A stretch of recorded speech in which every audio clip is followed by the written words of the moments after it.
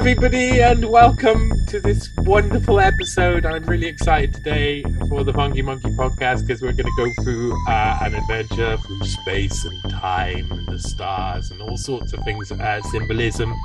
We're going to look into history and we're going to understand a little bit about something that this man, Micah Dank, has in his brain because people who know me know that I'm into investigative journalism. I like to take every single detail I possibly can and rip it all apart and try and find meaning within it. And we do that in so many different ways in life.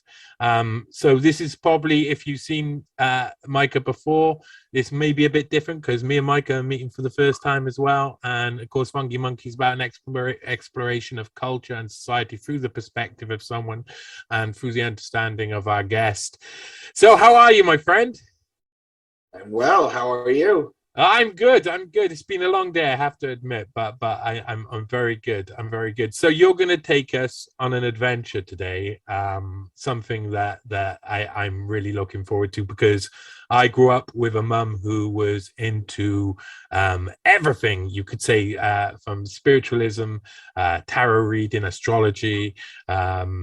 We went to church regularly all through up until I was about 10, 11. I was the first one to rebel and say, no, I'm not going to church. And then basically my family stopped going to church. But that didn't mean that I lost interest in the idea of religion, where it came from, the identity of people who are religious, and especially, trying to understand people who lived in a time which was, I suppose, a time of Gnosticism, weird behavior, cults, all sorts of different things happening all around the place. I suppose, like, trying to understand how they made sense of things is really interesting for me. So you are someone who knows a lot about the stars. Can you please give us a little rundown of how you present yourself to people? What you say, your intro. Well, my intro is basically I am an author. I have a 6-book series out right now called Into the Rabbit Hole. Which is what exactly it does. It chases down rabbit holes. The main one is that astrology is used by the higher ups and the elites in the world to basically enslave us. Okay, well, and I make a case for that. I'm completely down with that because I've kind of like I said to someone earlier that we've got to strip away the idea of robes and secret societies and things like that, because the fact is these guys tell us what they do. We know what they do. We know which religions they practice. We know who they are. They are most of the time we know when they are practicing certain things that it is something that is ancient, and usually it's got to do a lot with either some form of altered religion, offshoot of religion, but Right. Mainly the stars. I mean, Right. The ever-present thing that connects us all. If we don't look to the earth, then we look to the stars, and obviously people look to the stars for meaning. Well, let me present you something. I have a PowerPoint that I usually do. Good. And I was thinking that I could start teaching you this stuff, and then we can just have conversations. You can interrupt me at any time, and we can go off on a tangent. Okay, good. Because I like to interrupt. So let's do it. Let's do it. All right. So let me open this up real quick. Now, do you see this right now? Yes. See it perfect. Okay, wonderful. So I start by saying, employ your time in improving yourself by other men's writings, so that you shall come easily by what others have labored hard for. I've been searching for answers for 30 years. I've been teaching this for about 2-3 years. I've been studying this for about 10 years. I've been making my own connections, and I've been doing my own thing. And I just want this to get out. I just want to teach this to people to read book.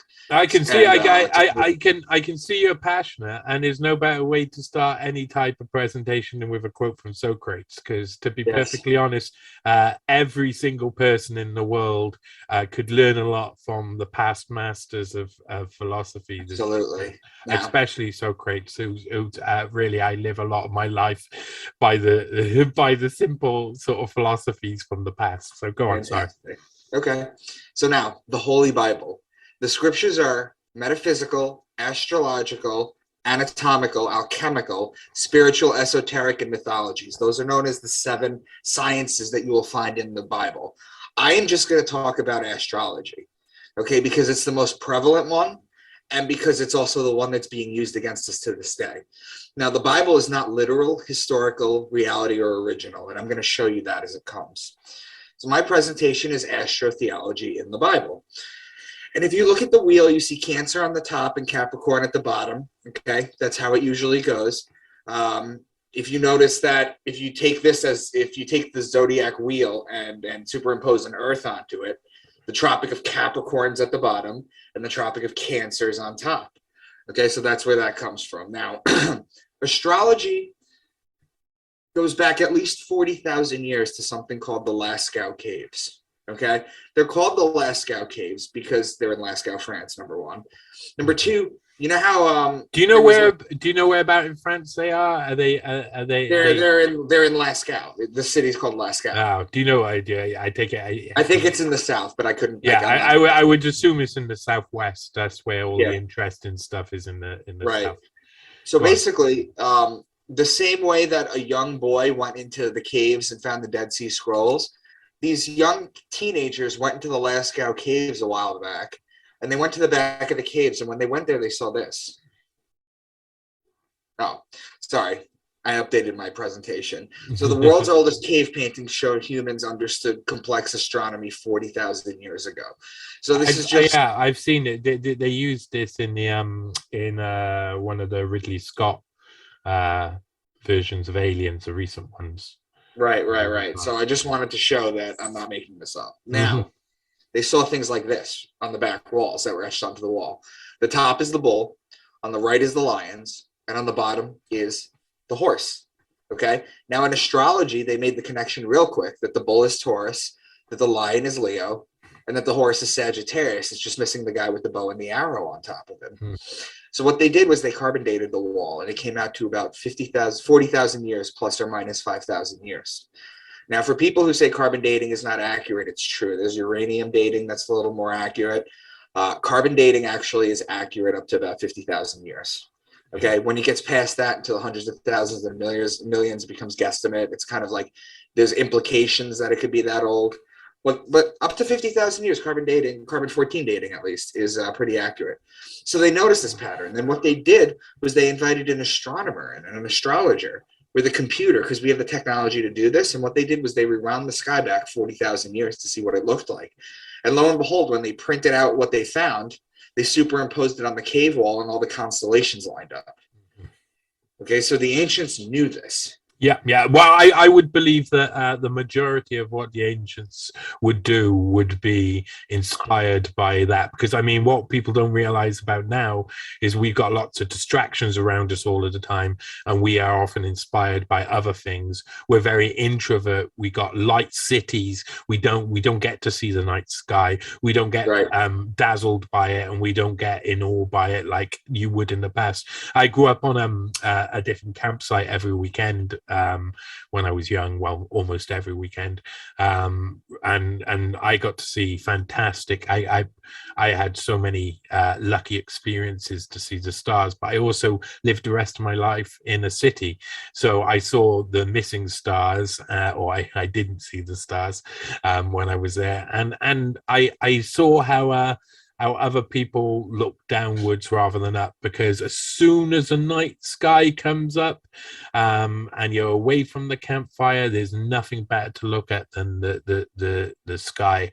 And of course, everything then would be inspired by that. I mean, that inspiration will go through every single part of art. And I mean, you're talking those portraits, if you could put them up in some form of gallery, I mean, wow, those will be worth something special, I'm sure. sure, Yeah, because the absolutely. amount of work that's gone into those are fantastic. Anyway, go on. It's Sure. dazzling to look at the pictures. Now, there's questions that you can ask in the Bible, things that don't really make sense. How Jesus was able to heal the blind, how he walked on water, how he turned water into wine, why he had 12 disciples, why he was betrayed with a kiss by Judas, why he was dead for 3 days, why is his birthday on December 25th. Now, I'm going to show you how all of that is astrology. Okay, I like this. I also heard, like, I mean, I've taken in, like I say, when I left the church, I never stopped. Well, what I would say would be obviously a spiritual journey, but also a religious journey, understanding other religions and understanding the stories. And I mean, I remember hearing quite convincing evidence once upon a time. A couple of documentaries and from somebody else who explained in detail from some book that they had read, where they said that it's very likely that Jesus was kind of based upon a Roman emperor at the time who was trying to make himself look better. But even if that was so, even if and there was a lot of like coincidences about this guy and all of these different things that are listed there, you know, there was certain things that he did in his battles in the region of where all of the biblical stories happened 60 years before these things were finished. Now, even if that was so, I would believe the first thing they would do is base everything on the stars.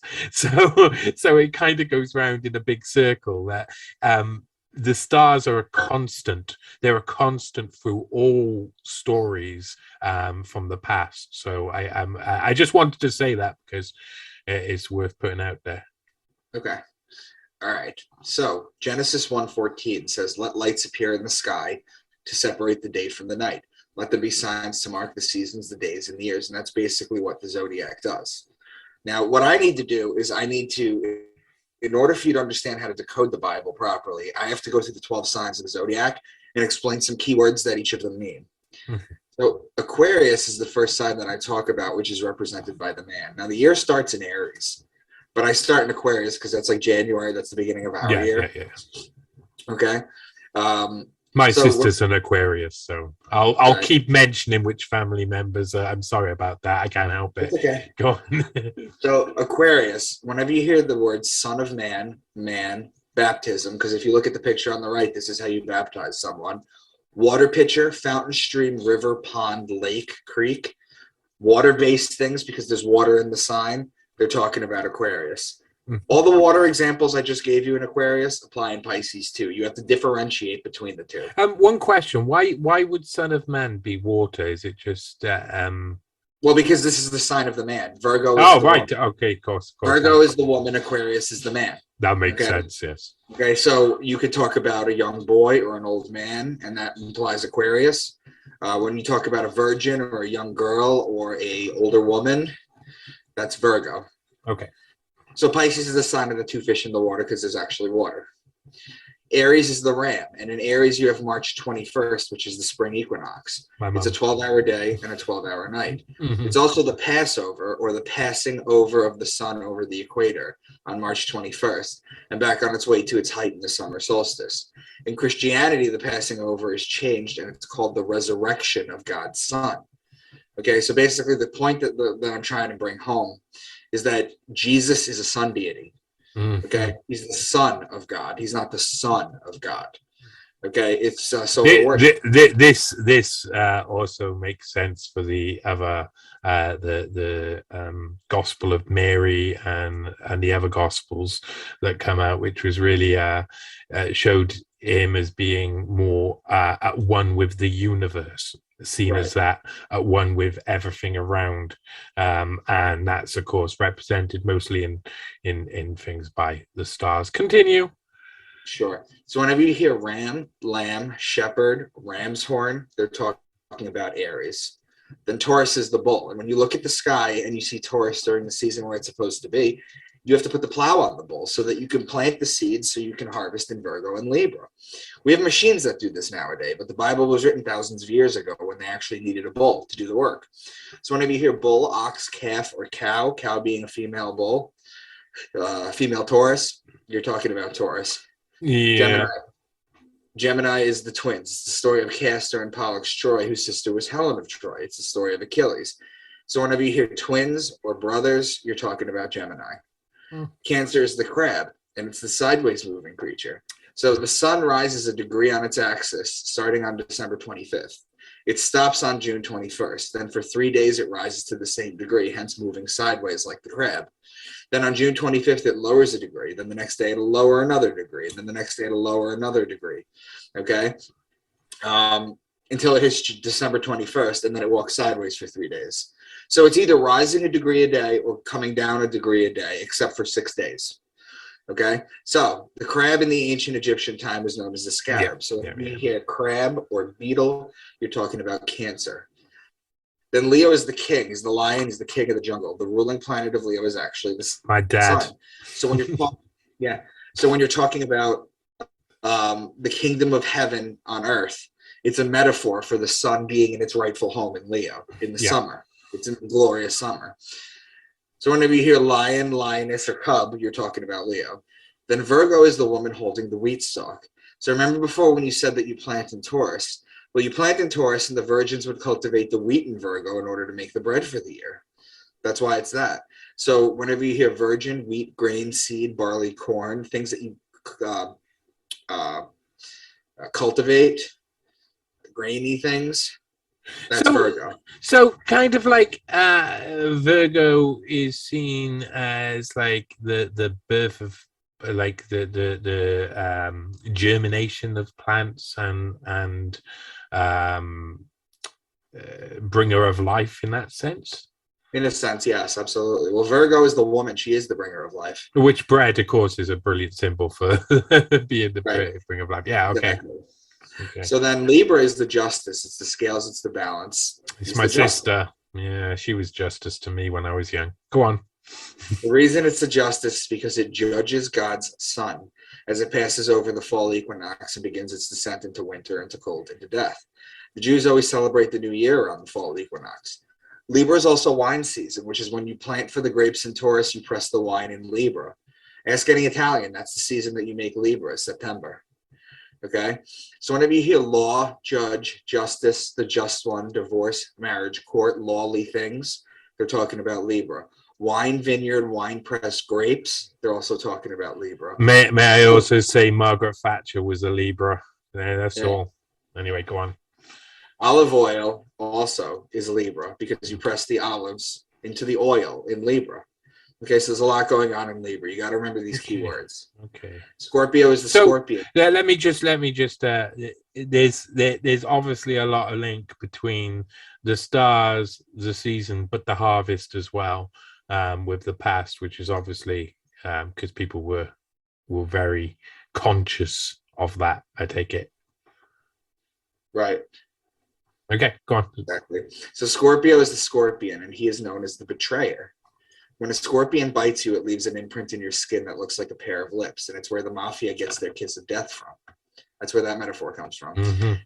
It's also why Jesus was betrayed by Judas with a kiss, because Jesus is the Son of God, S-U-N, and Judas is one of the disciples. He's one of the 12 zodiac signs, him being Scorpio, the betrayer. So the sun is judged in Libra. He's betrayed in Scorpio. Finally, in Sagittarius, this is where the bow and the arrow shoot the sun and inflict further punishment on the sun. This is where the sun dies. Why? Because on December 21st, the sun is at its lowest point. It cannot rise any lower. So the ancients would look at it. It wouldn't rise above the horizon. They'd say the sun was dead. It's the dead of winter. And then it remains there for 3 days. So suddenly God's sun was dead for 3 days. Okay? When on December 25th, or the birth of God's son, in any ancient religion, December 25th is the birthday. This is why, because the sun comes back to life. It's born again. I will say at this point, that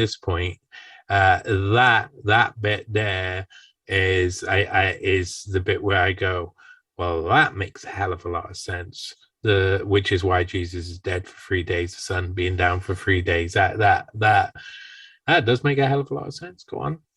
Thank you.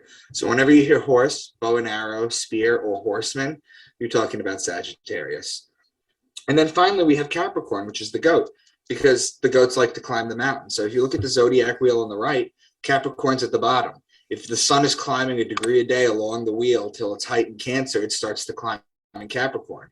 So it starts to climb up the mountain, the great mountain, until it gets to its height in the summer solstice.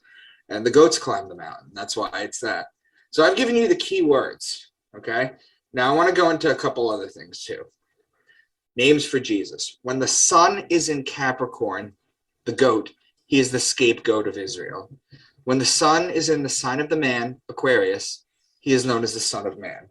When the sun is in Pisces, the two fish, he is known as the fisherman of men. It's also why he feeds the masses with two fish. When the sun is in Aries, the ram, he is known as the Lamb of God. When the sun is in Leo, he is known as the Lion of Judah. The lady holding the stalk of wheat, Virgo, he's born of a virgin, and he's called the bread of life. Libra is the scales of justice. He's known as the just one.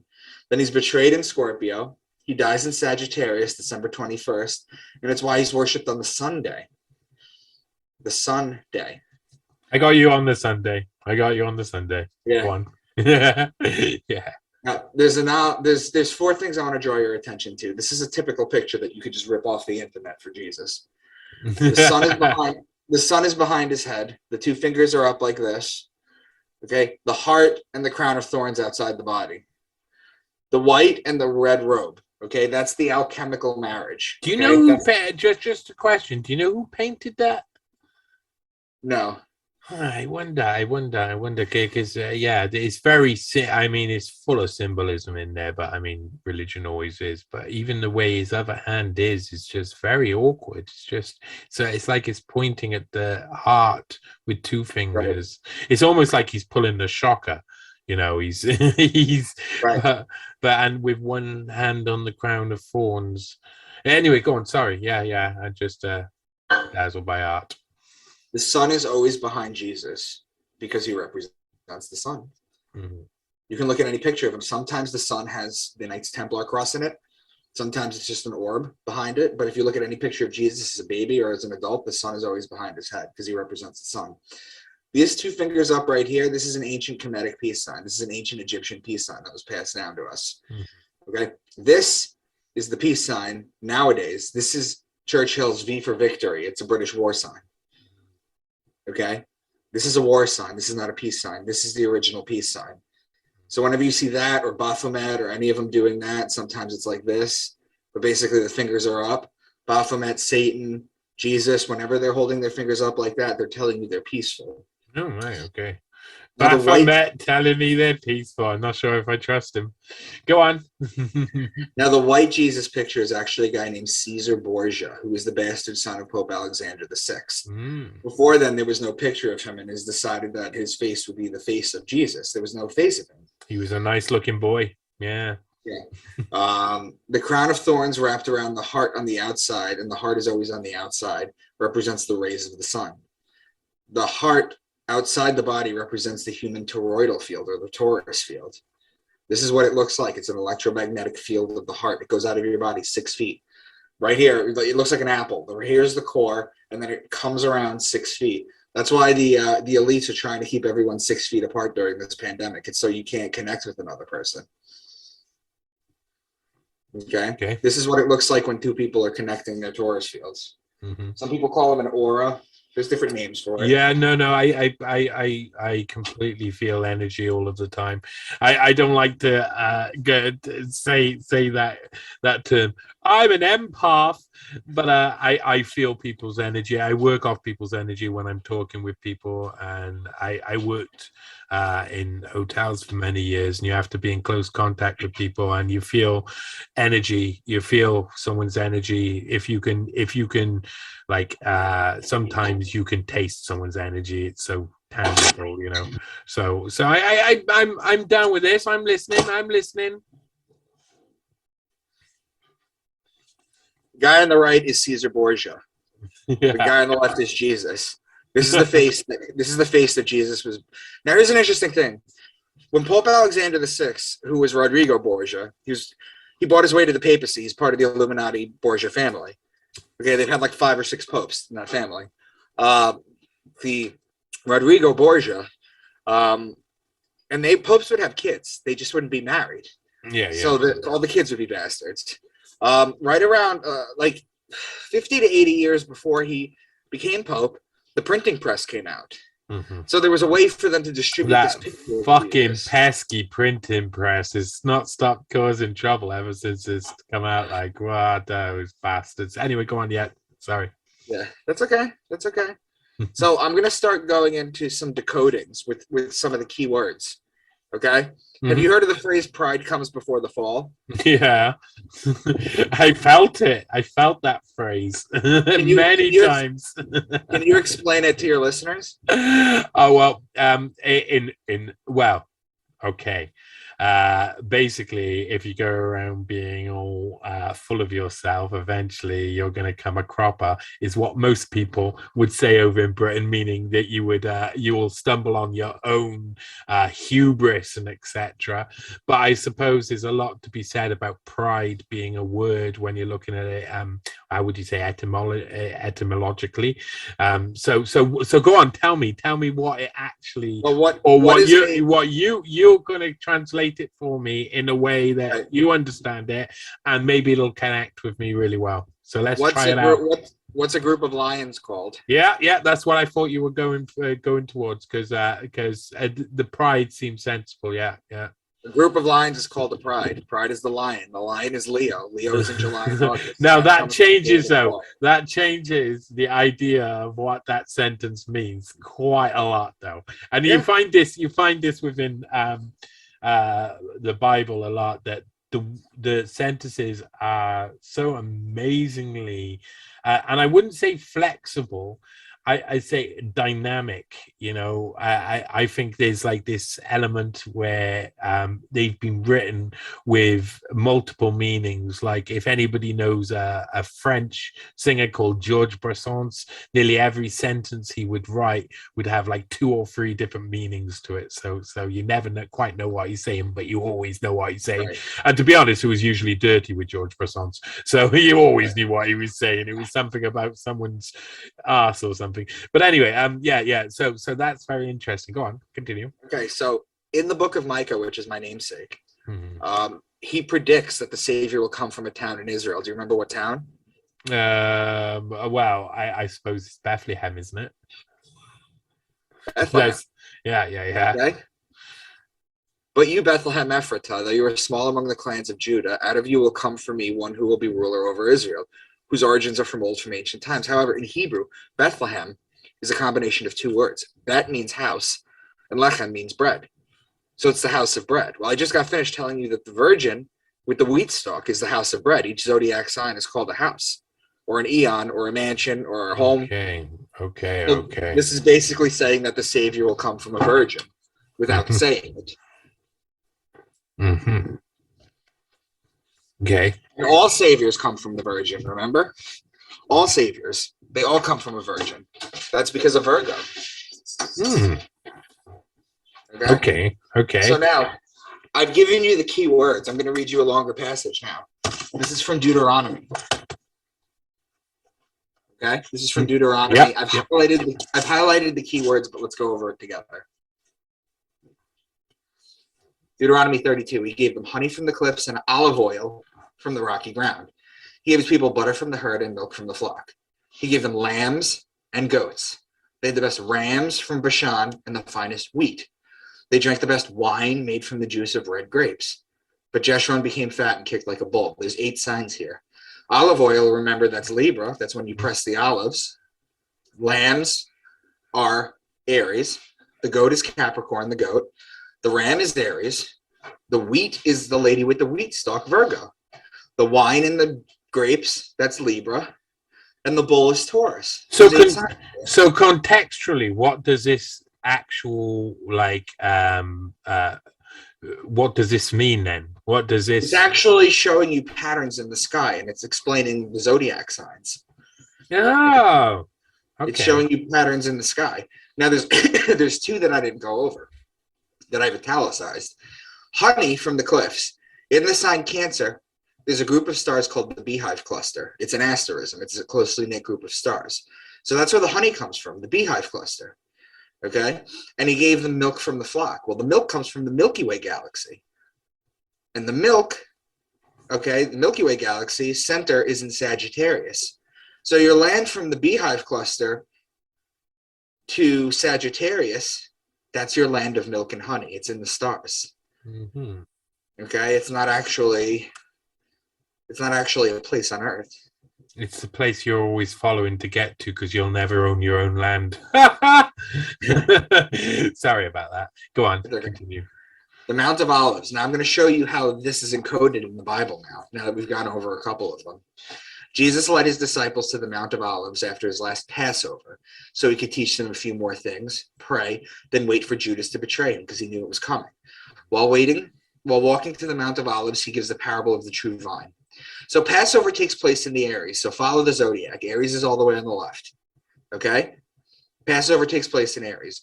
We're right after that, he walks to the Mount of Olives. Well, the olives are Libra.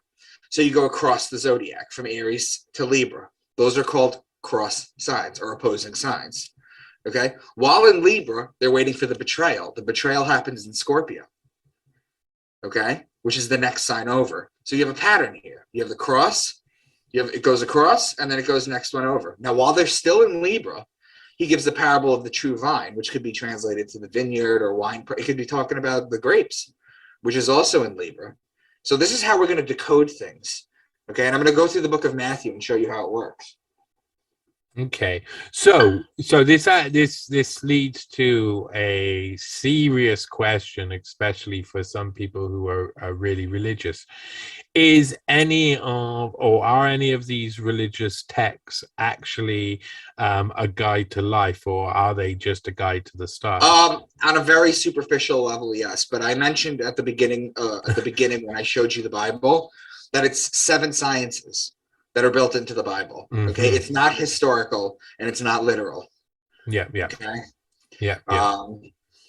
I was telling a lady today that the majority of the Bible wasn't written till the 2nd century, and that's when they first got given the names, like Matthew, Mark, or whatever.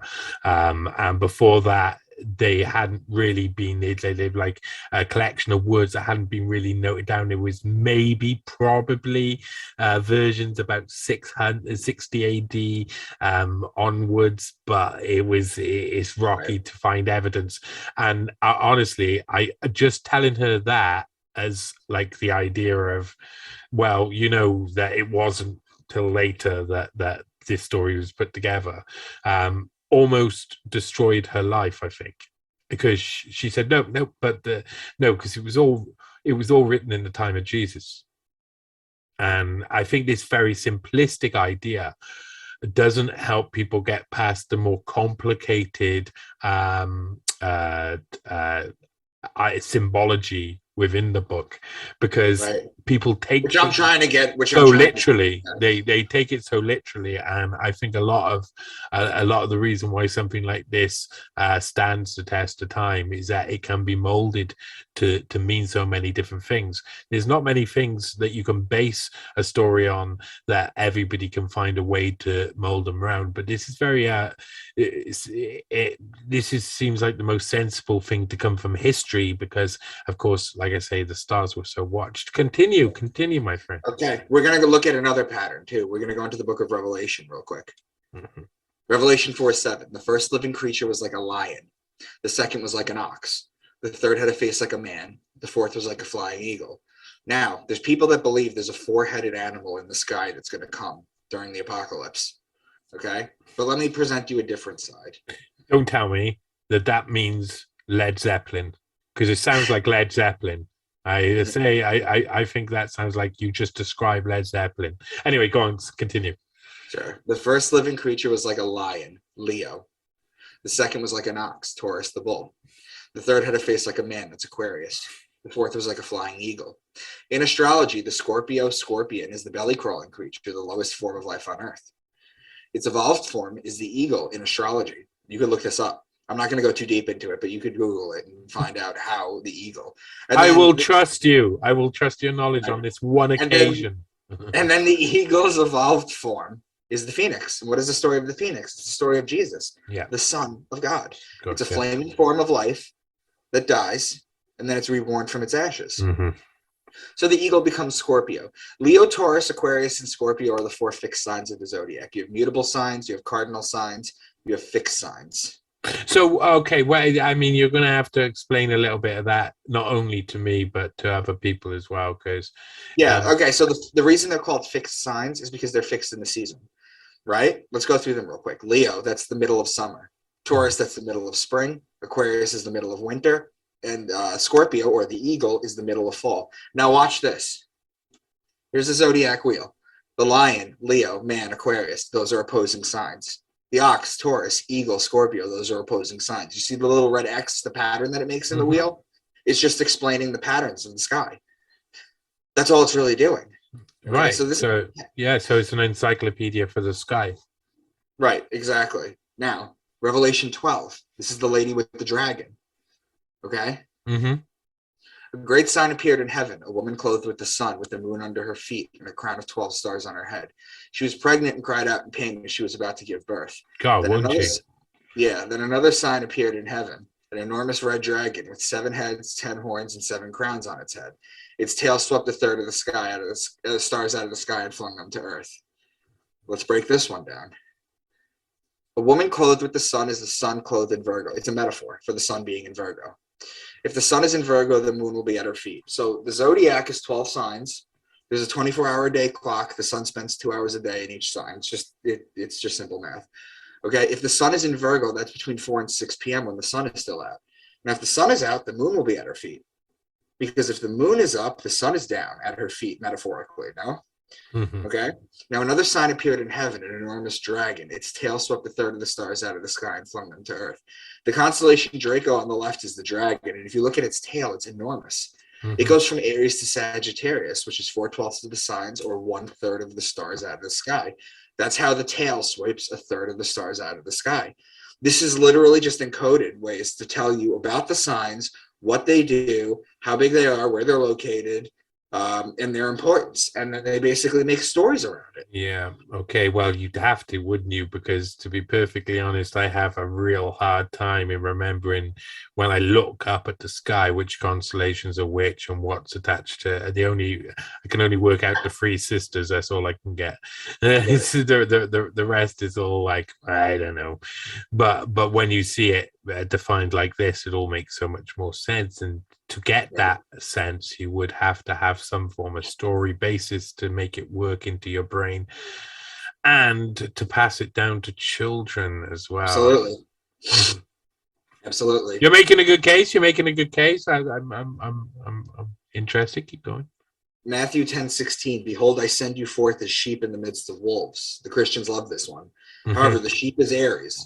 The wolf is the constellation Lupus, which borders Libra. Those are opposing signs. You're always going to, not only are they going to make patterns in the sky, but more often than not, they're going to be opposing signs or connecting signs. Okay. Addendum. So I've given examples of astrotheology in the Old Testament as well as the New Testament. I've been accused of cherry picking verses from the Bible to prove a point. Let's take a much longer passage and see if we can decode it as well. This is the part where we come up in my presentation and talk about the book of Job. Okay. Now, do you know who Job was? Can you give him a background for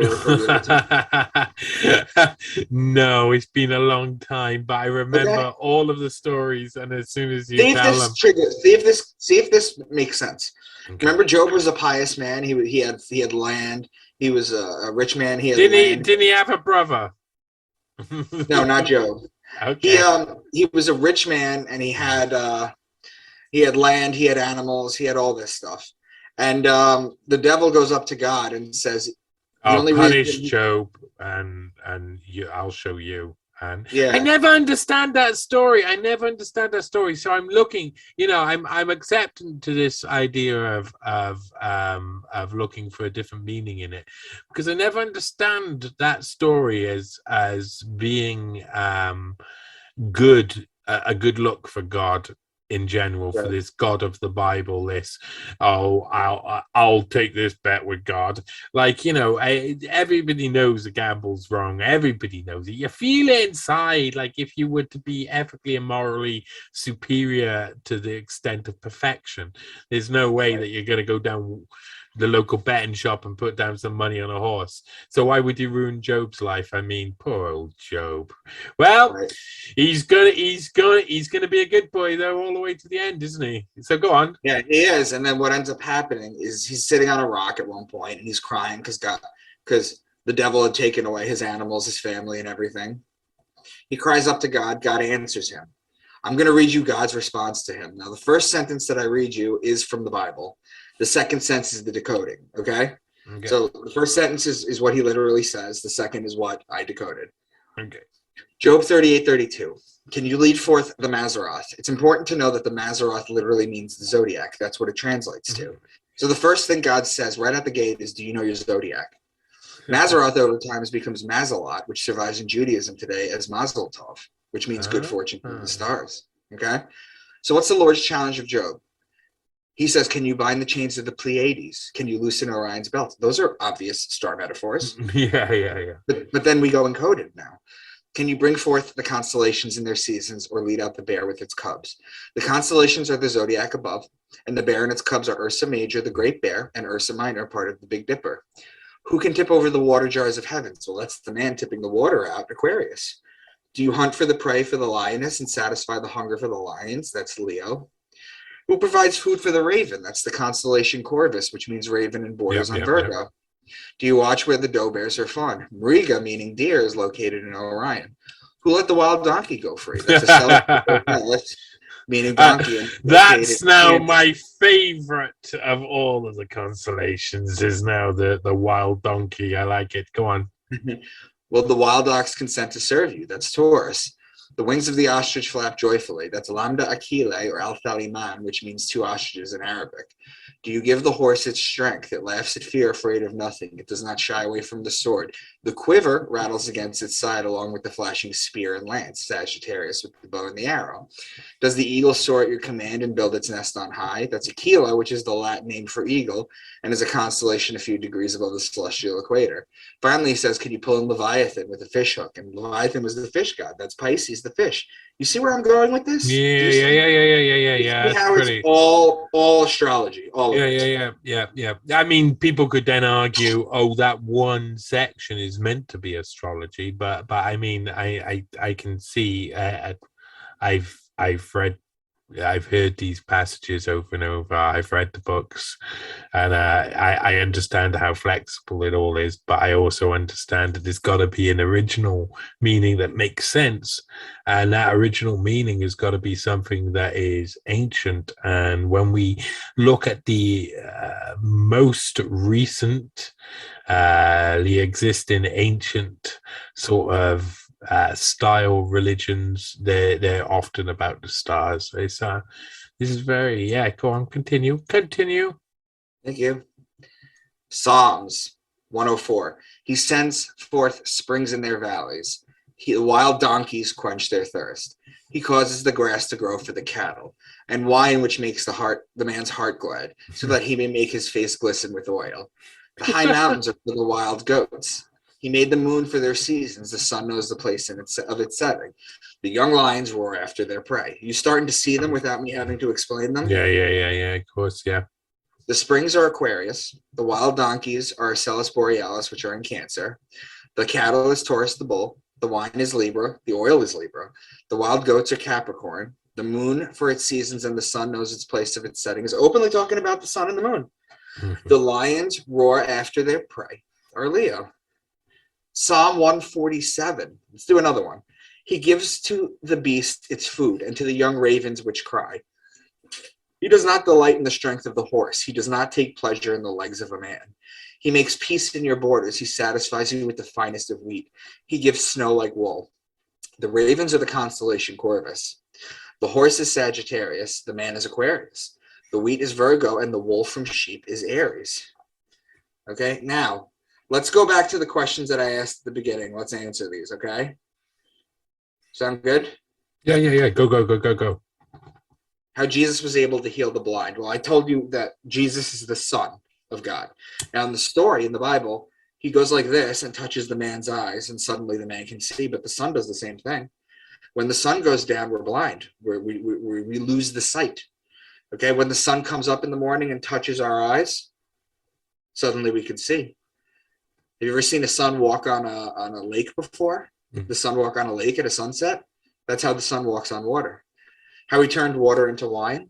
So the reason that God is considered a man and earth has always been considered a woman has to do with God's sacred fluid, the rain. Yeah. Okay? In Hebrew, the word is shemen. We get the word semen from it. Mm-hmm. So God literally comes onto Mother Earth. And then from her belly, she gets impregnated, and then vegetation, leaves, fruits, food grow. No, I said you could say anything on this, but this is getting a bit saucy now, isn't it? All right, come on, continue. So basically, sacred rain pours down. Now, this is in Taurus. April showers bring May flowers. Yeah. Okay, that's in Taurus. Yeah. Okay, so it rains during the rainy season in Taurus, and then the grapes grow and grow and grow, and then you pick them in Libra and you crush them into wine. That's how you turn water into wine. Why he had 12 disciples? Each one of the zodiac signs represents a disciple. That's why there's 12 of them. Okay, we've already went over the fact that Judas is Scorpio. I'll give you one more. You have Simon Peter. Okay, who Jesus built the church on. He calls him Peter. Now your name is Johnny. You know, Jonathan or John. That's your name. My name is Micah. Gift given by God. Right. So my name is Micah. You know, some people call me Micah. Some people call me Mike. Yeah. You know, these are normal condensed nicknames. Okay. But why does Simon become Peter? You have to understand astrology. Okay. Peter, by trade, was a fisherman. Okay. So the fishermen are the two fish in Pisces. Okay. And you have to know the ruling planet of Pisces. It's Jupiter or Jew, Peter. Okay, so it just plays on words. Yeah. Now, each one of the other zodiac signs and each one of the other disciples has a story like that. Now, why was he betrayed with a kiss by Judas? We went over that. Why was he dead for 3 days? We went over that. Why is his birthday on December 25th? We went over that. This is all astrology. Mm-hmm. Now, it doesn't stop there. It's not just random passages in the Bible that can be decoded this way. We're going to go through the entire book of Matthew to show you how deep this runs. So this is about 20 slides, and I go through the entire book of Matthew. I have a zodiac wheel on the left so you could follow along with my story. Is there anything that you want to jump in and say before I go through this? Because I kind of want to barrel through this. No, I want you to do a little pause a sec for 4 minutes. So... Right. Now, you said 4 minutes. That was like 40 seconds. Yeah, I know. I'm quick. I just has enough time to stick it all the things in the bits and whatnot. To anybody who notices a gap there, I haven't cut out anything illegal. I've just made a cup of tea, and we will continue because there's no better way to take in such a large amount of information than with some tea in your stomach. The British way. I'm afraid I was forced into it. Okay, so where are we then? We've gone through a lot of information, and you're about to go through what? The book of Matthew. Okay, you're about to go through the book of Matthew. Quite a book, I'm sure. Now, this is quite a fantastic journey that you take people through here, because I mean, you know exactly what you what works to make people understand. It's something that I have to do when I'm working within investigative journalism too. There's no point in just giving people information because they're not interested in just information. They're interested in understanding how that information relates with reality and their reality. And this is one thing I think people really, religion's been so manipulated over time, but where it came from, the birth of it, of a lot of the modern religions, comes from a reality which is based around living an old-fashioned life. That is always represented within the morals and ethics of all of these books and various scripture. But I mean, to understand really the basic basis of what people used to experience back then, it's got to be a hell of a lot to do with the stars. So this does make a hell of a lot of sense. There are so many points where you go, oh yeah, oh yeah, oh yeah. I've had this experience as well when I've listened to other versions, other translators. Actually, Jordan Peterson, in one of his in a few of his presentations, goes through Bible quotes, and a lot of it is looking at it metaphysically or on a basis of universe, and I don't think it's that far away, to be perfectly honest. It has that same sort of feeling as well, to make you go but then also make you feel very sad that there's been so much pain caused by religion, because humans, I mean, humans use every single thing that has the ability to give them wealth or power. They will of course use for nefarious means at some point or another. So here we go, let's go. Book of Matthew. Whew. You ready? Yeah, I'm ready, I'm in. Wonderful. Are we live right now, or is this pre-recorded? This is pre-recorded, all pre-recorded. Gotcha, okay. Yeah. Okay, wonderful. So before we go to the in Matthew, what do you think so far of what I've shown you? I'm extremely interested. The translations make sense. Interested to know more. The one question I'll have, I know that I'll still have at the end, is well, where does that leave us? Right. This is, I will try my best to explain that.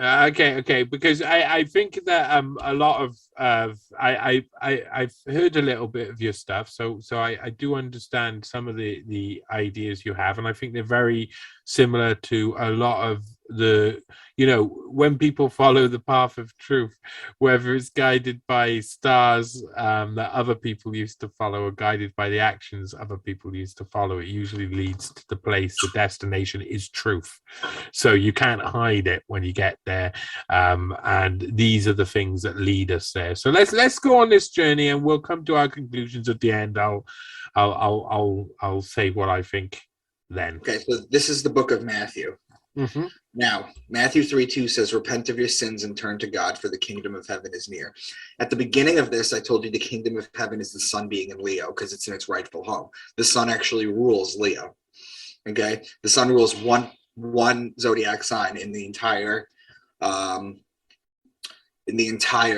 zodiac, and it's Leo, whereas the moon rules Cancer. Okay, so the kingdom of heaven is near. You're talking about Leo. Each zodiac sign starts at one of the four major points of the gospel of the zodiac: the solstices and the equinox.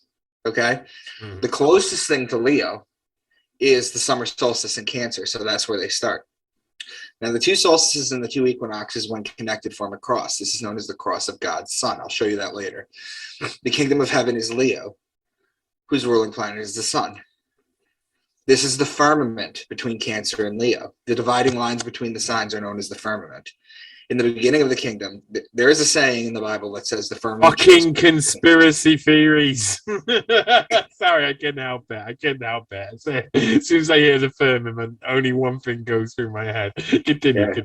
So the firmament shows God's handiwork. Now, the firmaments are the dividing lines between signs. They keep one sign from spilling over into another. Matthew 3:4. John's clothes were woven from coarse camel hair, and he wore a leather belt around his waist. For food, he ate locusts and wild honey. Okay, so the camel hair and the locusts is strange. But if we take the most famous drawing of a man, Leonardo da Vinci's Vitruvian Man, and superimpose it onto the zodiac, we can make sense of it. Here we go. Cancer being the head is why he eats wild honey. You have the head in Cancer, the mouth is in Cancer, so it eats the wild honey. The beehive cluster, the bees produce honey. Now, Leviticus, as far as the locusts go, Leviticus 11, what's clean and unclean to eat. All flying insects that walk on all fours are to be regarded as unclean by you. There are, however, some flying insects that walk on all fours that you may eat, those that have jointed legs for hopping on the ground. Of these, you may eat any kind of locust, so there it is. Katydid, cricket, or grasshopper. Has anybody told Bill Gates this by any chance? Does he know? Does he know? I mean, I'm pretty positive he wears robes and looks at astrological ceilings with astrological charts on. But I'm also sure that he doesn't follow this sort of stuff when he's feeding other people his little bugs. Anyway, go on. Sorry. So now we're going to go a little lower on the zodiac. We're in Cancer right now. We're going to go to Gemini. A little lower down on the body is the clothes made out of camel hair, or the constellation Camelopardalis, which is in Gemini. So right now you have the head and the upper body so far. So now we know why he eats locusts and wild honey. We know why his clothes are camel hair, because of Camelopardalis. Camelopardalis. I like that word, Camelopardalis. Oh my Lord! I'm gonna keep it. That's mine now. Okay. Sorry, you're not allowed to use it again. Moving a little lower on the body, you get the midsection is where you wear a belt. Taurus represents the bull and the female is the cow, which is where you get the leather. Regarding the belt, Orion's belt sits between Taurus and Gemini.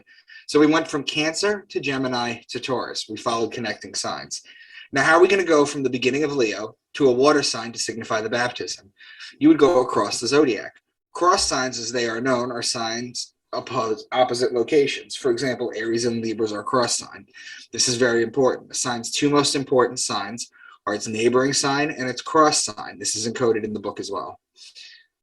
Here we see how it makes a leap from one firmament to the other. The man with the water pitcher in Aquarius is personified as John the Baptist with the water. It's important to note, too, that John the Baptist and Jesus are always exactly 6 months apart. When you think about the fact that Jesus is born on December 25th and rises a degree a day, then that must mean that John the Baptist is born on June 24th and decrease a degree a day. This is why in John 3:30, John says, he must increase, but I must decrease. It's also why St. John's Day is exactly 6 months to the day of the birthday of Jesus. So the next story is the temptation of Jesus. So we're going back to the Cancer Leo firmament. Okay, go on. Of July 24th. This is one is simple. He's tempted for 40 days. So just count 40 days. You go 40 days from July 24th to September 2nd. That's right in the middle of Virgo. The lady with the wheat stalk. What is the very next passage that we get? Matthew 4:3. If you are the Son of God, tell these stones to become loaves of bread. Here we see mention of the bread, which tells you that the sun is in Virgo. The next passage, Matthew 5:17 and 22. I did not come to abolish the law, and if you are even angry with someone, you are subject to judgment. This takes place in the firmament of Virgo and Libra. When you're at the firmament, it can be used on either side. This could be used to be talking about bread in Virgo, or it could be used to be talking about the law and the judgment, which I went over, which is in Libra, who judges the sun before its descent into fall into winter. Okay? Matthew 7:15, 16. Beware of false prophets who come disguised as harmless sheep. And can you pick grapes from the thorn bushes? The sheep are the ram in Aries, okay? And the grapes are in Libra. Once again, these are opposing signs. Moving along, Matthew 13. Later that same day, Jesus left the house and sat beside the lake. The story now moves from Libra to the barrier between Aquarius and Pisces, as he is right beside the lake, or the two water signs. Its cross sign is the Leo-Virgo firmament. As it's across from Virgo, the wheat stalk and the grains. Isn't it ironic that the very next passages, parables, I should say, from Jesus are the wheat in the weeds, the mustard seed, and the yeast.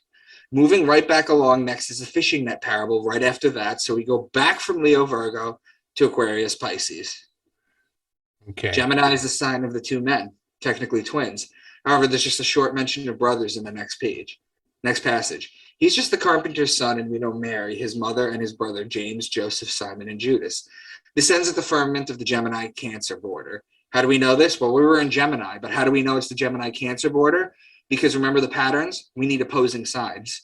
So if you go from Gemini-Cancer, the opposing sign would be the firmament between Sagittarius and Capricorn. And do you know what happens on the firmament between Sagittarius and Capricorn? It's December 21st. And what is December 21st in Sagittarius? It's the day of death, right? Remember? The sun dies. So what's the very next passage? Next story is the death of John the Baptist, right on time, just as the zodiac predicts. As I've mentioned previously, death comes at the end of Sagittarius. The firmament are Sagittarius, Capricorn, and the Gemini, Cancer are opposing signs. So let's take the sentence that I came up with that could be in the Bible but isn't. If I say to you, the rulers were divided between war and love, it split the land in half. You could read that as a literal translation. Or, the ruling planet of Aries is Mars, who's the god of war. The ruling planet of Libra is Venus, who is the goddess of love. That is your war and love. If you connect it, like I just did, it shows that it splits the land or the zodiac in half. Matthew 14, 17, and 32. But we only have 5 loaves of bread and 2 fish. Well, the fish are the 2 fish in Pisces. The loaves of bread are Virgo with the wheat stalk when you make the bread. Okay? Those are opposing signs. Pisces is the 2 fish, which is why Jesus feeds the masses with the 2 fish. And as far as the 5 loaves of bread go, why 5? The zodiac starts in Aries. If you count 5 signs after Aries, you get to Virgo. So that's why. This is the cross. This is what it looks like when you connect the solstices and the equinoxes. This is the cross that Jesus carries. The next is, okay, so we were just in Virgo, and now next is Libra, which is law and wine and olive oil, remember? What stories do we get now? The temple tax, the unforgiving debtor, divorce and marriage, the parable of the vineyard worker. As you can see, this is how it's encoded now. Then next is Scorpio, the betrayer. This is when Judas betrays Jesus with the kiss. So we were in Virgo, then we went to Libra, connecting signs. Then we went to Scorpio, connecting signs. Now we're going to Sagittarius, which is the day of death, December 21st, the last day of Sagittarius. Now we have the death of Jesus. Okay? That is the book of Matthew, my friend. Do you see how it's just literally telling the stories of the stars? Yeah. So how do you and this is where how more keep going to what you got. Let's get to the end of this section. No, this is it. This is the end of it. I'm going into some stuff. Right. Okay. How do you get from where you are, where you're born, to here? How do you get there? What were you born religious? I was raised in a very religious household. Okay. Now, personally, I would have suspected that, even though that doesn't undermine anything you've said. I would have suspected that because I find that people who are born in religious households and have a rebellious streak inside them tend to look for the truth behind religion, which, like if you want the truth behind society and people go to CNN and BBC, well, that's like the media church, and they're not going to get the truth from there, and the truth exists in other places. So the truth about religion is very much the same. The church is very much the CNN or the BBC in that sense, spreading the mass message that you must be down with, or you're not down with their little society and their little version of events, etc. Right. And so what type of religion was it? What branch? I mean, very conservative Jewish religion. Are you a very conservative Jewish? That's interesting. I say that's interesting just because I mean, it's always a hot button subject, Judaism in general, that loads of people just don't tackle through fear of, in case someone in the mainstream press calls them the anti-Semite or something. And I find like the history of Judaism very interesting. And to be in a conservative Jewish household, I can imagine that was probably did you have conflict like with Oh yeah, so when did you start having conflict with religion in general? Like when I was 9 years old. Yeah, that's about the same time as me. I coincidentally, not to bring the conversation down, coincidentally, that's when I started getting groomed by a paedophile as well for the next 2 years. So I mean, maybe that made me look at well, it's obviously not a god, but still. So when you did you have brothers and sisters? I have a younger sister. She's an atheist. Oh, really? Was that? Do you think you had a big influence on that? Me, no. But No. Our upbringing was just just frustrating, to say the least. Yeah, you know, when you're in something, in an organization of any type, because I've met people who are from other things outside a religious spectrum, which could be seen as basically religious, or have the fundamental principles or ideas of religion in the way they're made up, that they often do. I'm extremely interested by the idea of like how you know, because what you've done here as well is, I mean, you go through a lot of the New Testament, of course. So do you, and you've mentioned, because what Deuteronomy is in the Old Testament. Is that correct? Right. So where did you start off on this? Did you start off on the Old Testament or the New Testament? When did the spark of, wait a minute, this is astrology happen? Was it someone else who gave you that spark? Was it like a hint from somewhere, or when did that happen? I started getting into Jordan Maxwell's work, and Santos Bonocci also. I came across their videos by accident. That's always the way it happens. Best accident. Just to change my life. Like, that's what I do now. It completely changed my life. Well, when you take in a large amount of information about something, it becomes comfortable to speak about it as well. So and that can't help but to be bonus. How do people who are how do people in your family take it? Because I take it you stayed a conservative Jewish household would still probably be quite close. You're quite close with your family, or if that's not really. No, yeah. My mother, yes, but yeah, same here. I understand. So they didn't take it well, and basically the fact that you weren't down with the religion. Have you ever found any type of like spiritualism afterwards, after the like, because something like this, going on to this work, do you find, where do you go spiritually afterwards? Just by doing my work usually, or I have candles. I just stare at the flame and activate my third eye for like 20-30 minutes a day. It's called fire gazing. Okay, so have you stayed away from like organized religion? Is that yeah? And I take it that's just from not only your own experiences growing up in a Jewish conservative household, but also realizing that a lot of this is probably something else that we don't quite understand or has been manipulated. So I'm giving you. I'm just trying to work out. So. When was it that you said, okay, how old are you now, if you don't mind me asking? 38. 38, you say. So how old were you when you really started like dedicating your time to this? When was this? It was 30. So you've been like, and what did you do before? I was in logistics. Wow, that's so what, like to supply chain stuff and things. So wow, that's a pretty I wouldn't say it's completely a stereotypical journey for me, because most people just leave churches and just don't think about anything like that again. But you must spend, for someone who isn't religious, you must spend a hell of a lot of time reading religious texts. Oh, I love it, because I see it through a different lens now. Yeah. So how do you feel? What color is that lens? Do you know? How do you perceive religion as being a good thing? No. Okay. Well, let me put it to you this way. I mentioned the 7 sciences that the Bible was. Okay. I think the most dangerous thing in the world is people who believe their religion literally. That goes for Jewish people, Orthodox Jews.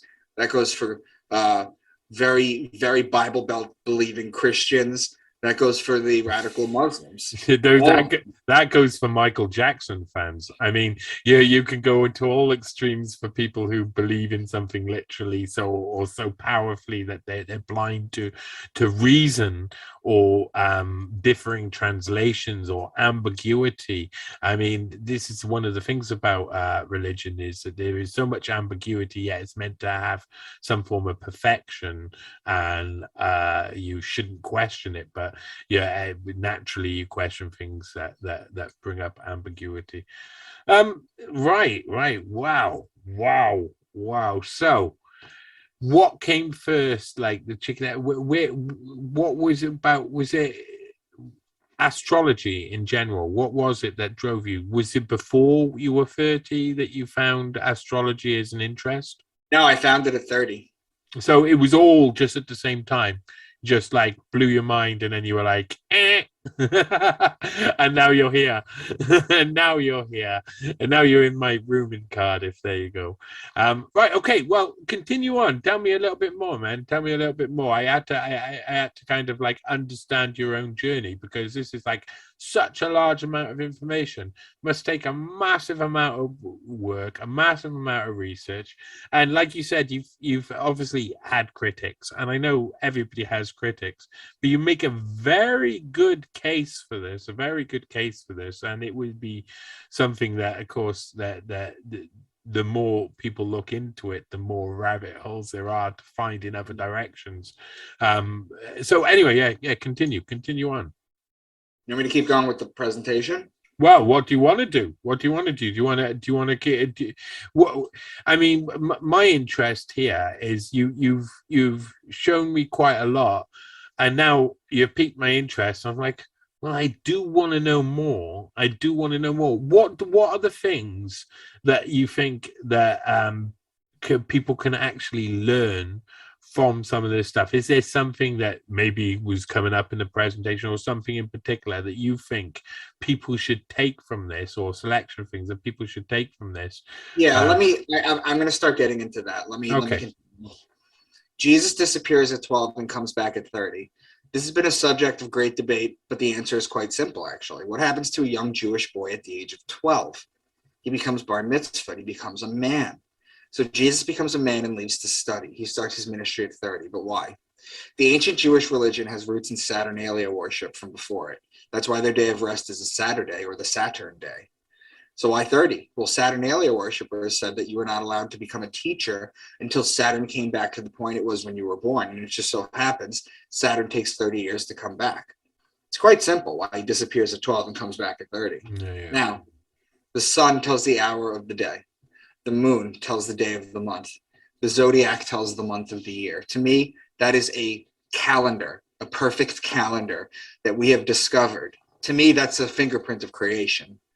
To me, this is one of the main reasons I believe in God. I think that God has been mislabeled.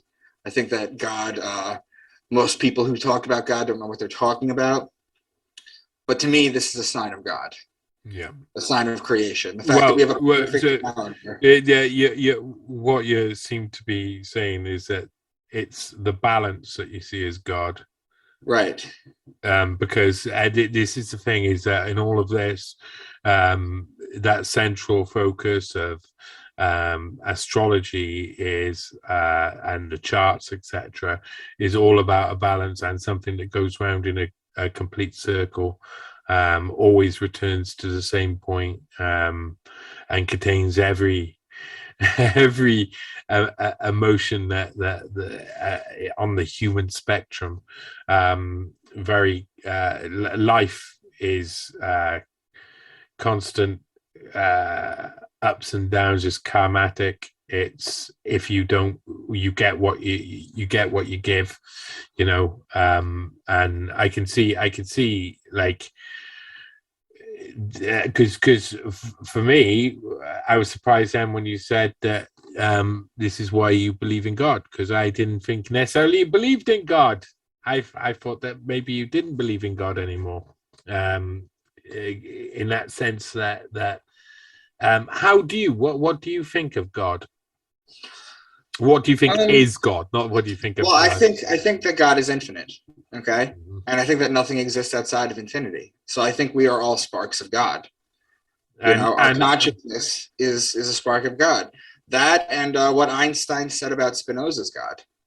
Spinoza used to say that God created the mountains, the rivers, the animals, and all this nature and beauty. Why are you spending your time praying to me in a cold room with other people? Mm-hmm. So it's like a combination of those two things. Mm-hmm. So Right. So basically, the Bible itself, both Old Testament and New Testament, are a guide to the stars. And is there anything else in there once you take away that? Do you think that the story... Yeah, I'm gonna start showing you how it's been used against us. Okay, go on. I like this. Yep.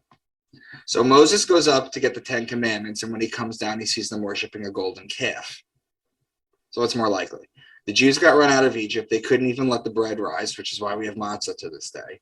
They rushed to the desert, which is the clothes on their back, but happened to carry enough gold between them, found welding equipment in the desert, and built a giant statue, where the sun is the gold and the calf is the bull or Taurus.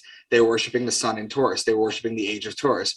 Whereas Moses went to get the 10 Commandments to usher in the age of Aries. They were worshiping the wrong time period. Mm-hmm. So he breaks the commandments, becoming the first person to break the law. Chapter 125, Egyptian Book of the Dead.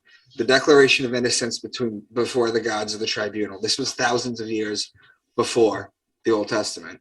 O swallower of shades, who came forth from Kernet, I have not slain people, becomes thou shalt not kill.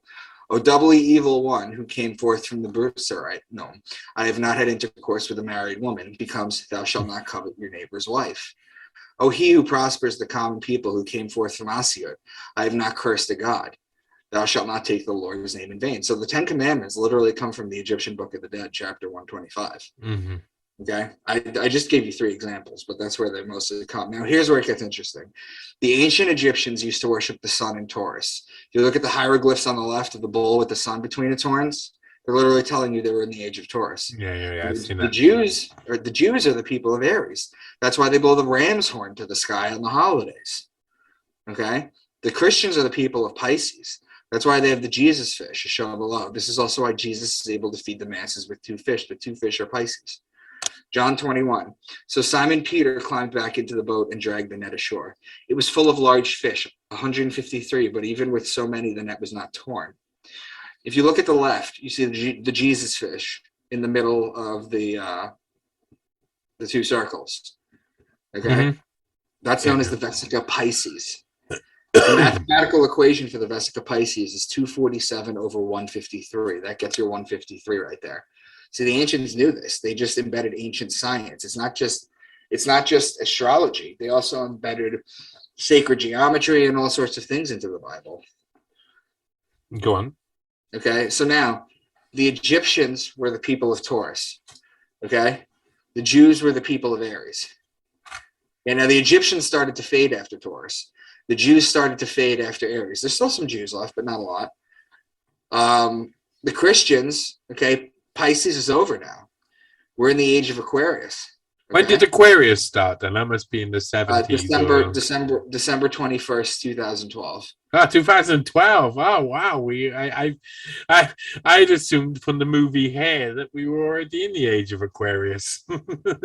They tricked me. No, anyway. It started when the Mayan calendar ended. Right. Okay. That makes sense. So now the Egyptians in Taurus, they fade. The Jews in Aries, they fade in numbers.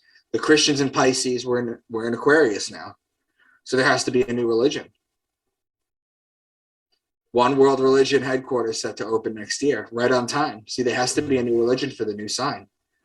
So those who are in charge, those who create these holy texts or who do this and who do that, there has to be a new sign. There's a new sign, so there has to be a new religion. Well, I do believe that I mean, whether or not it's for that reason, we all have something under one banner, and you have to obey is the place where these idiots naturally roam and go to automatically. So Genesis 32:30, and Jacob called the name of the place Peniel, for he said, I have seen God face to face, and my life is preserved. Well, Peniel just becomes Pineal, which goes back to the Eye of Horus on the left.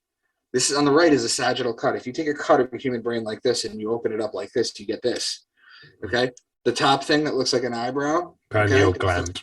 That's the no. Above it, that looks like an eyebrow. Right. Okay, that's the corpus callosum. Right in the middle of that eyeball, that's the pineal gland. Now it's interesting too, because in many Buddhist traditions, 49 days is the total mourning period. with prayers conducted every 7 days across 7 weeks. Buddhists believe that rebirth takes place 49 days after death. And it just so happens, recent science shows that on the 49th day of a woman's gestation, when she's pregnant, the pineal gland becomes visible in the baby. So how did they know this? How did they know this stuff? Chopping people up. Yeah, I'm not sure. Okay. Now, hell, the flaming inferno. This is what people want to talk about. This is what people want to know. Am I going to hell? Is what Micah's talking about evil? Am I going to hell? Am I going to burn in a lake of fire? Well, how do we detect pain? With the nervous system, the brain, the spinal cord, the nerve endings, the neurons. So when we die and our body gets eaten up and disintegrates, okay, and we're just a soul, and we don't have a nervous system to feel pain, how are you going to burn in a lake of fire? Fire is a thing of our dimension. Mm-hmm. Fire is something of our dimension. You're outside of the dimension now. You don't have a physical body where you can hear things. It all gets a bit freaky. Okay, the truth of the matter is hell is actually winter. Hell is actually winter on Earth. Mm-hmm. The idea of a fiery pit where you burn for eternity is ridiculous when you think about it logically. Hell is actually winter on Earth. Why? Because it's cold, the vegetation and beautiful flowers and plants are dead. The trees shed their leaves and bear no fruit. It's freezing cold out. People tend to get sick more often. Dangerous animals, if they're not hibernating, are starving and scrounging for food. It makes it dangerous for humans. Okay? Okay. The Italian word for winter is inverno. Flip a letter inferno and pervert its meaning, you get the concept of hell. This is a picture of Dante Alighieri's The Divine Comedy. Satan's in the bottom level of hell. As you can see, it's all frozen. He's in the bottom layer of hell. Mm-hmm. Because his wings are flapping so hard that it's freezing everything over. So Dante knew hell was winter. Okay? If you read it, that's what it is. Okay. Now, I'm not going to go into that. Satan and Lucifer, okay? Satan doesn't exist. He's not a red devil with a tail and a pitchfork. In fact, the earliest paintings of him in the 900s, he was actually blue. That's why in America you have the Duke Blue Devils basketball team. Mm-hmm. The Hebrew word for Satan is Hashatan, which literally translates to adversaries. In proper context, two competing sports teams are Satans to one another. Lucifer, he is known as the light bringer in Genesis 1:3, and God said, "Let there be light." How can there be light without the light bringer? That was his job.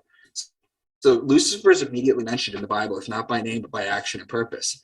Lucifer is also known as the morning star. The morning star is known as the planet Venus. The reason is that if you go out and look at the sky just before the sunrise in the east, you will see a bright light directly over it. That's Venus. It announces the arrival of God's only begotten Son, the light of the world, every day. Lucifer is also known to have a pentagram. That's his symbol. Ooh. Continuing with Lucifer as Venus, if you follow Earth and Venus's orbit around the sun in a year's time, they almost connect at 5 points. You connect that, you get the pentagram. That's what it looks like. That's where the pentagram comes from. Ah. Okay? Yeah. This is the rudimentary phallic symbol on the left, the original penis, so to speak. It is known as the spear. Mm-hmm. This is the rudimentary sign of the womb, the chalice, the feminine. This is the Star of David. It's the joining of the two. It's a hermaphrodite, so to speak. Okay, and there's also sex magic in the Bible, too. Let me show you this. This is a faithful representation of King Solomon's temple. See, they have the cubits at the bottom that tells you how big they have to be. Mm-hmm. Okay, do you see anything interesting by how this is laid out? Yeah. Of course I do. it's where my mind always goes. I was brought up on Carry On movies in Britain. It's very phallic. Yep, watch this. It goes into Important something to as note well. that Solomon is not a name of a person. It's a combination of 3 words. For the sun, as everything is about the sun.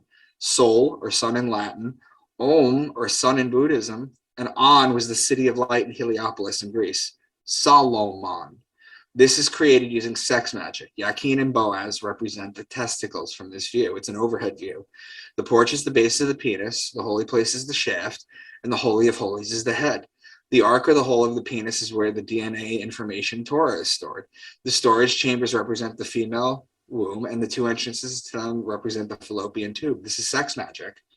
This is life right here. This is holy. This is what this is. Mm-hmm. Now, Samson and Delilah, okay? Without giving passages from it, let me explain the stories. If you notice that, and if you can't read Hebrew, that's fine. I'm going to do it for you. If you notice that Samson and the sun have the same derivatives, so do Delilah and night. In Hebrew, the sun is called Shemesh, which is also what the Hanukkah candle that lights the rest called. Yeah. Okay. The story of Delilah is that she cut Samson's hair. So Samson is Shimshon, which literally means little sun. So Samson means little sun. Delilah, the root of Lila, is night. So what happens to Samson? Delilah cuts his hair, he loses his powers, he goes blind. Night, it's the story of the night overtaking the day. It's just a metaphor for that. Okay? Mm-hmm. Jonah in the body of a whale. In Hebrew, the words are dag gadol, which translate to great giant fish. He's in it for 3 days. It's the 3 days you see recurring in the Bible over and over again. The sun walking sideways like a crab for 3 days. Okay? In one of the ancient Jewish midrashim, Abraham brings Isaac to the top of the mountain to sacrifice him, and God doesn't stop him. He actually kills him. He's dead for 3 days. He's dead for 3 days, and then God brings him back. It's always 3 days. It's always 3 days. Daniel and the lion's den. It's a story revolving around 2 signs in astrology: Daniel the man, Aquarius, and the lions, which are Leo the lion. In zodiac, there are opposing signs. Mm-hmm. Abraham and Sarah. Abraham's name was Abram before he was made Abraham. Abram is a combination of 2 words: Abba, father in Hebrew, and Ram, which means ram, father of the people of Aries, the Jews. Mm-hmm. Abram goes back to Brahma. Sarah goes back to Saraswati. Okay, that's all Hindu. Yeah. Well, there's a lot. There was a lot of stories which came from India, and then mixed in with Middle East, and mixed in with Europe, and then shum. Yeah. Go on. Lot and Lot's wife in Sodom and Gomorrah. In the ancient times, people were paid with salt. It's where the word salary comes from. Mm-hmm. Salt. Why? Because it preserved the meat. And when you killed a cow, you didn't eat it in one day, it would go bad. Salt kept it viable for longer. There was no refrigeration back then. Yeah. Salt was the highest currency aside from gold and silver. So when Lot's wife turns into a pile of salt, you have to think about it. Like she left all that debauchery, gave it one look back, and turned into a pile of money. That's the metaphor they're trying to tell you. Okay?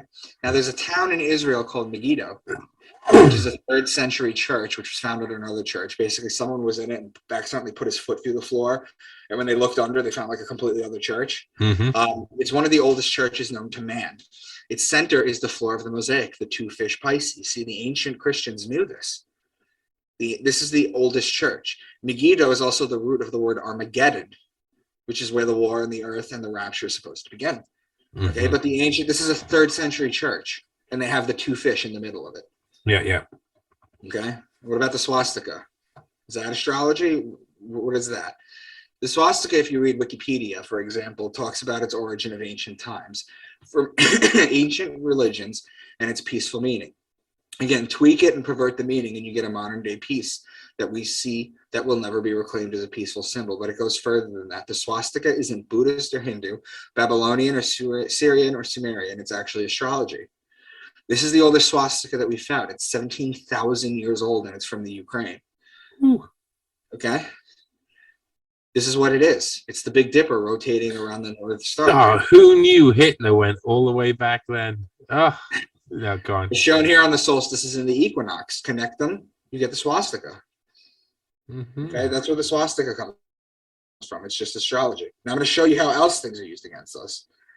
Saturn was discovered in 1610.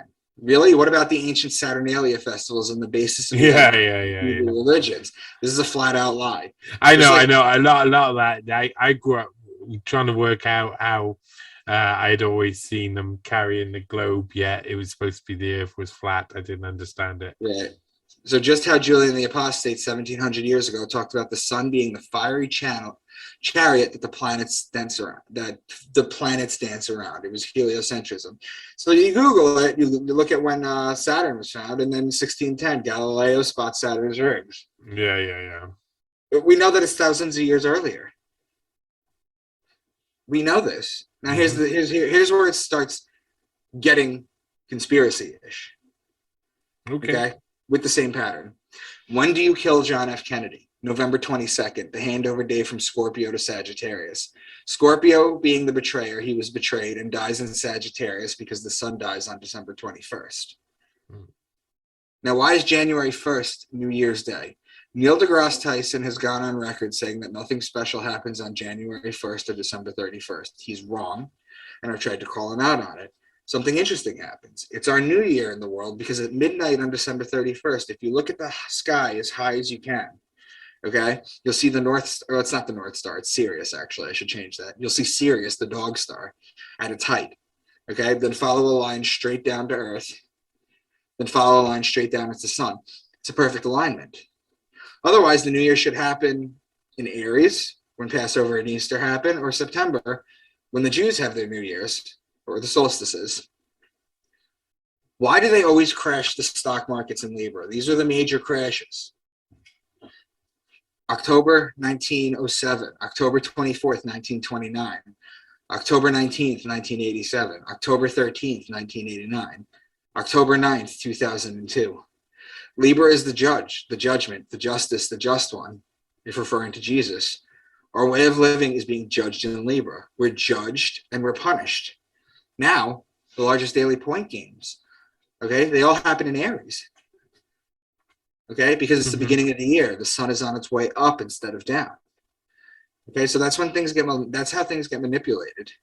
The bull and the bear market. The bull is when the market is aggressive because it's going up. The bull ducks down and sticks its horns up to attack. That's why an aggressive market is the bull, because of the way they attack. The bear market is on its way down. When a bear attacks, its paw is up and it just slaps you down. So it goes down. See, astrological meaning, the bull is Taurus, the sun is rising a degree a day, so it's still going up. The bear, Ursa Major, the sun is starting to make its way down as it spans from Cancer to Leo. Okay, now, Roman Catholic Catechism 2116. All forms of divination are to be rejected, recourse to Satan or demons, conjuring up the dead, or other practices falsely supposed to unveil the future.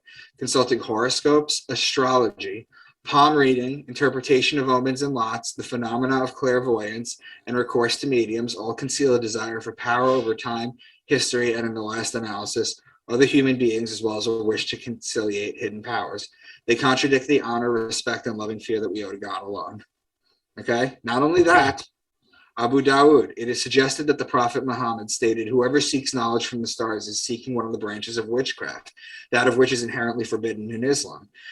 So why would Islam and the Catholic Church be telling you that astrology is evil if their holy books are entirely about astrology? So you're also suggesting that there's like people who are movers and shakers in the world choose to commit their more subversive acts based on alignment of astrology, or 100%. Yeah. Well, I mean, I've come across that on a couple of occasions, but the thing is, it can be said that there is always something that can be linked with somewhere, that these things are so malleable, but no, that is very interesting stuff. That as well, the whoever seeks knowledge from the stars, seeking one of the branches of witchcraft, is inherently forbidden in Islam, and it being elsewhere. I do think that they were always, if you look at when there was periods of enlightenment revolution, where you had the church losing its grasp and advances, you also saw at the same time maritime advances in actual reading of the stars and astrology for map making and cartography and etc. So I mean, they are very linked, that the more access you have to understanding the stars, the more you can do and the more free you become, which is a very interesting concept, something which seems to be an obvious anti-religious. We're going to have to close this up.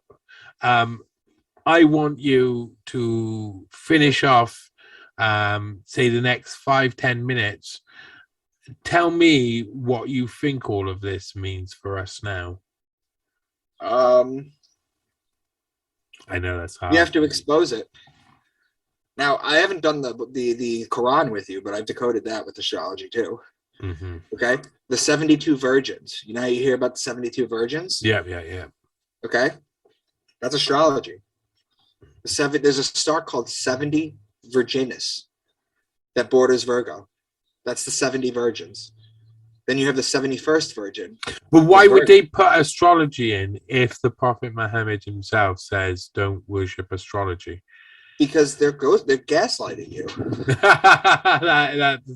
Hey, that's quite a good reason. I mean, to find a reason, because a lot of I think a lot of religion has been used in the past to confuse and dazzle people for exactly the reason of keeping them controlled while they're distracted. Continue. Oh, there she is. I don't think I'm going to be able to finish that. Okay, well, it's best. But I will tell you this much right now. Hold on. Go on. Homosexuality in the Bible. You ready? Yeah. Everyone knows about Leviticus 18:22. However, is it really what is said there? The Greek word arsenokotai shows up in 2 different versions of the Bible in Greek, but was not translated to mean homosexual until 1946. In the 1800s, the German Bible said, "Man shall not lie with young boys as he does with a woman." For awesome! Those Germans, look at them! God! Leviticus 18:22. Same with Leviticus 20:13. Young boys. Yeah. 1 Corinthians, the word arsenokotai, and why Greek? It's important to mention that the Bible was written in Hebrew, but everyone knew at the time that if you were an intellect, you wrote and read in Greek. So 1 Corinthians becomes boy molesters will not inherit the kingdom of God. To grab Martin Luther's original German translation from 1534, they used the word Nabenschander. Naben is boy, Schander is molester. Yeah. The first time homosexuality appears in a German translation is 1983. Wait a minute, 1983. So 1983, Les Wexner was buying out Sotheby's along with Alfred Taubman. Did anybody tell him? Just wondering. Anyway, go on, sorry. So these are the books that I've decoded so far. Yeah. Okay, I just want to leave this list up in case any of your fans are interested and wanted to Google some. Yeah. Just type in my name and the book. It'll come up. So how many books have you got out now? I've got 6. 6. And I talk about this in my books. Gematria, etymology, numerology, astronomy, astrology, astrotheology, out-of-body experiences, the Akashic records, symbology. DMT, I like it. Remote viewing, religious secrets, capstones of the pyramids, mystery school channelers, near-death experiences, DMT monitoring, lucid dreaming, acoustic levitation, physics, quantum physics, psychotherapy, psychology, spiritual guides, and shared dreaming and crystal technology, conspiracies not many people know about, corruption and secret societies. This is my first book. It's called Into the Rabbit Hole Beneath the Veil. If you want to email me at intotherabbitholeseries@gmail.com, reach out to me on Twitter at realmrdank, spell out Mr., or look up Micah Dank on Facebook or Instagram. Reach out to me. You know, I do mail signed copies. I do that. This is how I like to close. My point, once again, is not that those ancient people told literal stories and we are now smart enough to take them symbolically, but that they told them symbolically and we are now dumb enough to take them literally. Yeah, that's a good one. So here's what one of my fans sent me. This is a basic thing. So essentially, the Bible is just a big farmer's almanac, survival guide, verbal astrological map that reads like a compilation of Grimm's fairy tales, basically giving the rundown of the growing season from start to finish and over again, with the final reward being open chakras and enlightenment. That's the best way that I've heard it described so far. And, well, that's basically what I have for you, Johnny. Well, that is wonderful. That is a journey, and I explained that it was going to be a journey from the start. I have to say, like, you know, there's so much information there, and I'm going to watch it again. I'm going to be reviewing this again with my housemate when he gets home, because of course he's going to be intrigued by this. And this is what I find interesting about your work, from what I can gather so far on our first encounter, is that basically you have a little bit in there for most people that I know. Not everybody would be interested in one bit or another, but I know each person will be very interested in that bit, very interested in that bit, and very interested in that bit, and that's a good way to go, because the exploration of things like this doesn't stop in a definitive answer. Eva is kind of the way that I chose to write this was in fiction stories. Yeah. I wrote a set of thrillers. They're thrillers. I just want to make this clear to people who buy my books. These are thrillers. These are not nonfiction. The reason I wrote it in fiction is because you could tell more truth in fiction. Yeah, no, I understand. It's way more marketable. And I've got a publicist right now. We're trying to pitch it to TV places, to TV producers. Yeah. Fantastic vehicle. I mean, the fact is it's there's so much keeping to the original in a sense, inspiration that people from the ages got from the stars, etc., was to tell stories from them. And I think that's what comes out quite a lot in what you actually tackle, and the subject you actually tackle, is that you're looking at why these people were telling these stories and why they put them into stories and why. And to be perfectly honest, if we could learn to read those stories, and if everything you say is true, then that's a fantastic guide for the stars. It's a fantastic guide to harvest. It's a fantastic guide to knowing every single bit about the earth. And this is the wonderful thing, is that the more you know the stars, the more you know the earth itself, because of course they're inextricably linked and will always be as long as the earth exists. Listen, thanks for coming, and thanks for getting in touch, and thanks for being on. And I'd like to go further on another one later on, not straight away, but I will definitely want to get you to talk about some more of the more conspiratorial side of stuff. Of course, I like a bit of conspiracy, but also a little bit about where you think certain things are going, because there's certain things happening in the world which seem to be motivated by people who hold beliefs. But now that I've planted this seed in you, you do understand why I was pushing to do this presentation, right? Because now that we have this out of the way, you have that body of knowledge or that understanding where we can actually take this forward now. Yeah. And you've got my contact information. Just reach out to me and let me know whenever. This is the thing about whatever I do. It's always like the last article I wrote was like a 15,000 word article, and I went to try and write it, and I realized I had to write a 6,000 word article beforehand so that I could contextualize the 15,000 word piece, not only to other people but to myself too. You have to keep going, and this is one of the things that I say. You say the same with me. I listen, you keep going with what you're doing, you keep working hard, you keep showing people what you're doing, because not only is this something which is full of mystery and intrigue and can cause people to be interested anyway, but it also makes you ask questions about fundamental things that are really important in life, including where we came from and who our ancestors were and what they cared about. And when we read the stories of the Bible, when you look at them your way, what a lot of it is look, this is the birth of life, and this is where we do this, and this is when this is in the sky, so to do this. But when you read the stories that have been translated, it's so and so killed this person because he was shameful, and so stole this person. So it's a much more positive way to look at the book as well, because a lot of the other way is a very simplistic set of moral guides that often don't make much sense and seem detached from reality. So again, thank you so much. I really appreciate it, and we will have a further conversation in the future. Thank you, sir. Excellent.